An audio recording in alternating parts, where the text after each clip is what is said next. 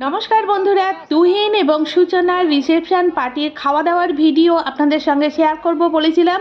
তো বন্ধুরা সবাই সঙ্গে থাকুন, দেখুন আমরা কি খাওয়া দাওয়া করি। খাওয়া দাওয়ার প্যান্ডেলটা খুব বড়, 4 টেবিল সিস্টেম। আমরা বসে গেছি, প্লেট এবং জলের বোতল এসে গেছে। দেখা যাক কি খাই। মেনু কার্ডটাও এসে গেছে, আপনাদের সঙ্গে শেয়ার করব। প্রথমেই চিকেন স্যাটে এবং স্যালাড, তারপরে বেবি নান, সঙ্গে ছিল কিমা চানা, সেটা আমি খাইনি, আমি তার জন্য নিরামিষ একটা চানা মশলা ছিল সেইটা দিয়ে খেলাম। তারপরে ডাইরেক্ট একদম জাফরানি পোলাও আর চিকেন আচারিয়া।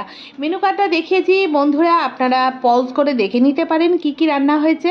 আমি তো জাফরানি পোলাও আর চিকেন আচারিয়া দুবার নিয়ে একদম পেট ভরে খেয়ে নিলাম, কারণ এই যে নেক্সট আইটেমে মাটন কষা এবং সাদা ভাত, এই দুটোই আমি খাবো না।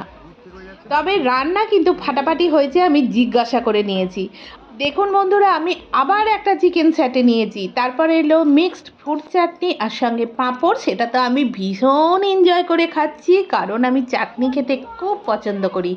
তারপর এসে গেল রসগোল্লা।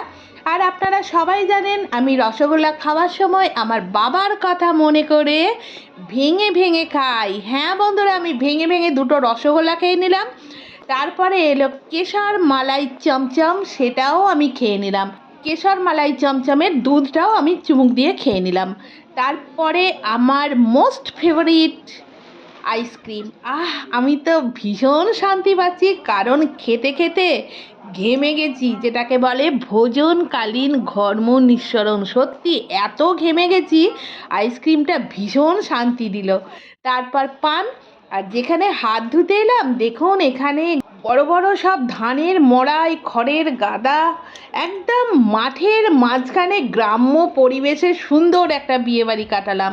অনেকটা রাত্রি হয়ে গেছে, এরপর তো আমাদের বাড়ি ফেরার পালা। তবে হাত ধুয়ে যে হাত মুছবো, রুমাল, আমার হাজব্যান্ড রুমাল হারিয়ে ফেললেন। যাই হোক, অগত্যা শাড়িতেই হাত মুছে ফেললাম। গাড়িতে এসে বসে গেছি, আর ওই দেখুন দেখতে পাওয়া যাচ্ছে বিয়েবাড়ির বাজি পোড়ানো, আলোক রসনাই। হ্যাঁ সত্যি বিয়েবাড়িটা ছেড়ে আসতে মন খারাপ লাগছে, কিন্তু বাড়ি ফেরার রাস্তাটাতে তো অনেক টাইম লাগবে, তাই ফিরতেই হচ্ছে এক্ষুনি। দেখা হচ্ছে পরের ভিডিওয়, ততক্ষণ টাটা।